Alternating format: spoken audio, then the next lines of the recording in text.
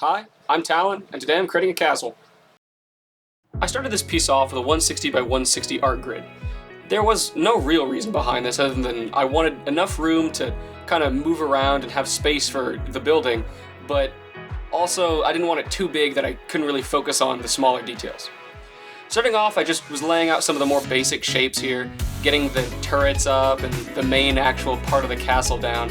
I actually replaced this turret later. I don't like the thickness of the top rocks? I'm not exactly sure what to call them. But this new turret design here, I kind of like that a little better, so I just copy-pasted that one over. And fixing up some of the edges here. I moved over to try and fix the older one, but in the end I decided just to copy and paste that one too, as you'll see here. I started off with no color. I like to do the line work first. This is just because usually I'm working in 1-bit settings, usually just black and white. So if I start off with this more black color, I can kind of sketch out what I actually want the whole art piece to look like, and later I can go back over it in color. Moving on, I'm putting the wheels on now. I don't know where I got the idea to put wheels on a castle. I just thought it kind of looked cool. I'm sure I've seen it somewhere before, and this is just my way of bringing it unconsciously back to my mind, but I thought it was an interesting idea to have like an actual castle that moves around, so that's just where it ended up. Some of these edges here, on the sides I guess, you could probably tell they've been pushed inwards a little bit. There was no big reason behind this, I just thought it would look cooler with more depth on it, and I think it actually got the point across of being more like interesting than if it had just been a block castle all the way down the edges. You also see I keep zooming out here. This is so I can actually get like a sense of how big the wheels are in comparison to the rest of the piece. I would be using the preview mode normally, but I forgot to set it up here, which is essentially, if you don't know, the preview mode just shows the whole piece together in the corner, which is usually pretty useful. Here I'm putting a drawbridge door in. I was going to go with a gate door with iron bars on the front originally, but I thought that'd look kind of like, I don't know, gruesome or villainous or something like that. And I wanted to have more of like a whimsical fantasy vibe, so I went with just a big wooden door. I'm also adding a little space here for like a window or like a balcony. I imagine this is where like a king would sit or something like that. I didn't add a king in, but if there was one, that's where he'd be. I then move on to a second balcony on the side. I imagine archers or something here firing off at beasts chasing the castle, or if they're escaping neighboring army or something like that.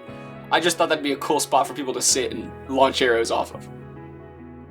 Next I put in a spire like you'd see on those old cartoons where the princess gets captured by a dragon. I don't know, I just thought it was an interesting addition for just a little more detail on the top. It was looking a little bare up there, so I just thought I'd throw that up there. Now I struggled a little bit here getting the perception right on the second part of that balcony, but eventually I got it. And here I'm adding in the circular cylinder part of where the princess would actually stay, I guess. I actually do a little dithering here to kind of remind myself that I need to put shadows there, so that you can tell it's got like actual 3D aspects. It's not just a purely flat part like you might accidentally interpret if you aren't paying attention to the shadows.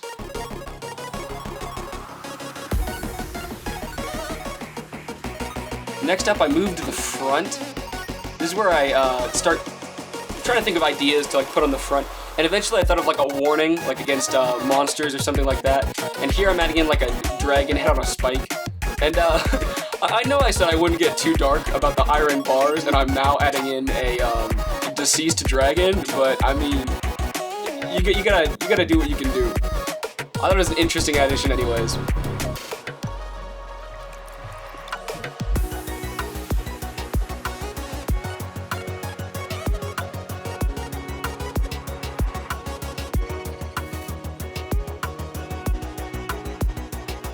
Here I'm trying to figure out the nose area. I wanted to put the holes in so that you could tell it was holes, but it ended up looking like just a more 3D nose than I expected, which was fine. It still worked for the purposes I wanted it to work in. And now I'm just supporting that spear down at the bottom, so it actually looks like it's holding up some weight on it. I'm going to start adding in the colors here soon. I'm actually using a separate layer for the colors. here. And the reasoning for that is that recently I've been trying to go with this tip that I read that said the black outline wouldn't look as good as if I had like a colored outline. It allows for more shading and those type of things. And so I've been fiddling with that a bit, even though usually I like the black outlines. So you can see I'm tracing over the black outlines with a different color here. And later on in the time lapse, I'll be removing the black layer so you can see what it actually looks like. And but yeah, now I'm just gonna be coloring in for a little bit, adding these different kind of gray hues. For the color palette, I just used one of the basic palettes that is like comes in Sprite, which is the tool that I use. And I like to use this palette a lot because it has a lot of different colors that like kind of allow you to do lots of interesting cartoony things like I've got here. I really like that it's the colors that it uses are mostly pretty bright and pretty like light, so you can really get like cartoony vibes or something like that. As I'm coloring the main castle in here, you can tell I'm not really staying in the lines as much as I probably could be. Mainly because I know I'll be going over those wheels later and things like that. Here I'm just adding a darker shade on the edge, that way it's more shadow instead of just the same as the front. Moving on, I started with a gold balcony here. I ended up not liking that as much as if it was like a wooden balcony or something like that. So I do change it to like a very light wood color. I was originally going to put a king up there, but I decided I'd leave a little bear so that people could interpret what the king would look like for themselves. Maybe have them up there or something like that, I'm not sure. Moving on, you can see me adding little archers in here. I don't end up liking how small they end up being, so maybe later I'll go in and create some, but for now I just left it pretty empty after I decided that these archers aren't really what I was going for. Here you can see me moving up the castle, going to the spire now. I pretty much used the same color for the spire as the rest of the castle. That way it would look like, I don't know, like it was built out of the same material rather than like a later addition. I did this pretty much up the whole rest of the way of the spire, except for the roof is wooden. You can see me darkening it up here. That way it looks like it's farther back on the castle rather than just being right up front.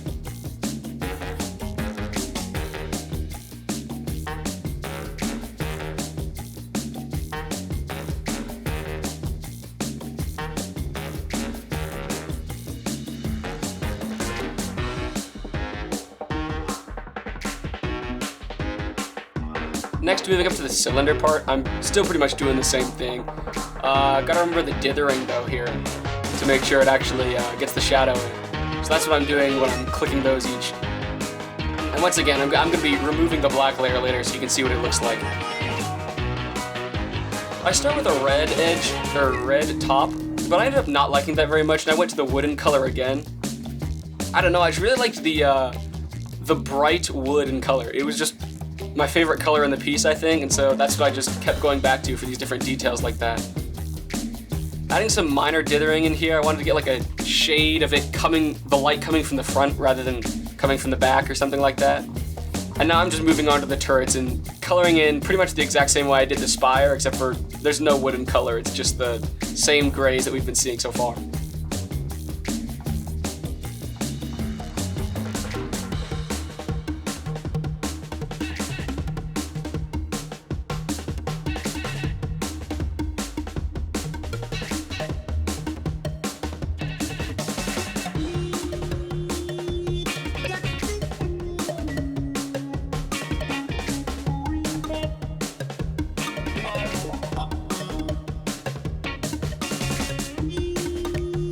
Next I move on to coloring in the dragon. I decided to go with a nice red for the dragon.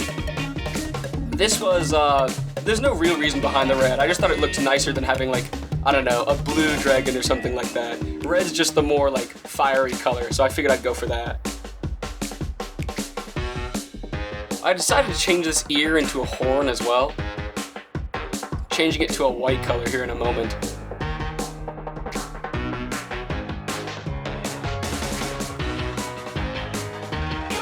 After that, I turned the spike into a more brown color. Once I removed the outline, we'll be able to see that more. Next, we go into the wheels. I actually had some trouble trying to get the wheels done. I wanted to have like a spindle look, like chariot wheels or like horse-drawn carriage wheels.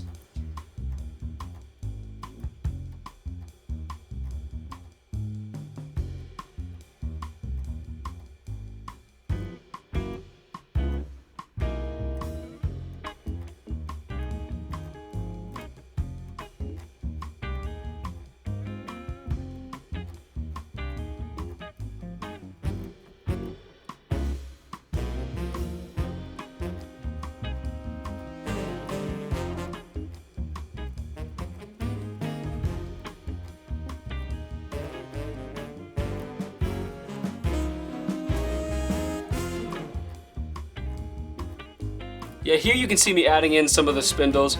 I ended up not liking the way it looked and going back on this decision, but I mean, Control Z is the artist's best friend, so no harm, no foul. I just took them all back out.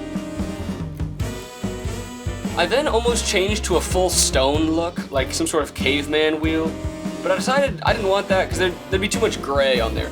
So I stuck with the wood, but I changed it from being more of a spindle to kind of like a cheese wheel type look, but just made out of wood instead of, you know, cheese.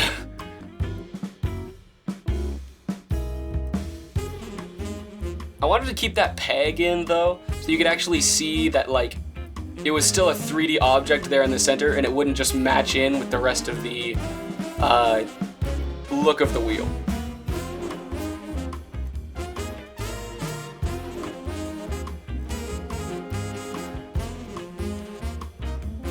As you can see, I'm fattening up the wheel a little more here.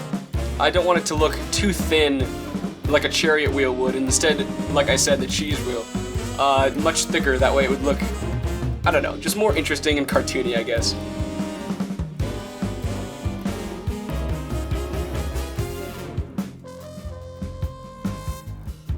Here I gotta take the shortcut route, and rather than actually redrawing the whole wheel, I just copy-paste it. You know, whatever works, it works.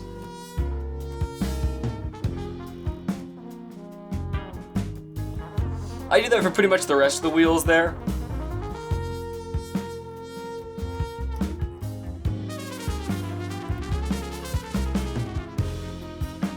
Adding in the back wheel.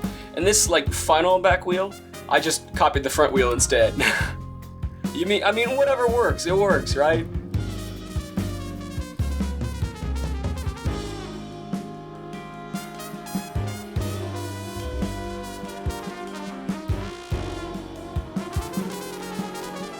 And here I actually turn off the black coloring outline to see where else I need the rest of the outlines. In the end, I actually didn't like the look of the colored outlines. I actually preferred the black outlines. And while it may look less real or less like there's light coming into the actual like area, I think it has a more cartoon feel, which I think is at least what I enjoy in this kind of pixel art thing.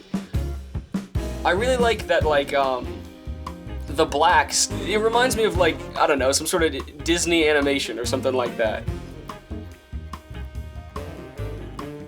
So I end up actually just deleting the outline of the chariot wheels, or the castle's wheels, and going around it in a black outline that fits a little better. That way it kind of fits into the whole piece a little better. I do this for all the rest of the wheels, just to ensure that they're all pretty standard and the same across the piece.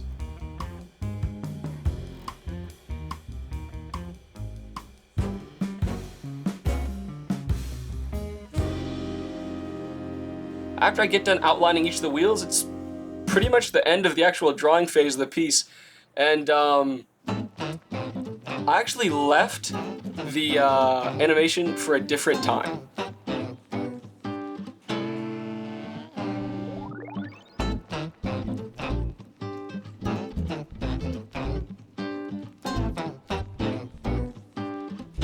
So here you can see the actual animation. I didn't add a background in because I had a kind of interesting idea where it would like, maybe in my future videos, it would be carrying a banner across the bottom of the screen that says subscribe or something. I'll actually show that now. you could see it on the bottom of the screen going across. So, yeah, I think the piece came out pretty well. It looks like a good cartoon castle on wheels, and that's what I was going for. So, thanks for watching, and I'll see you next time.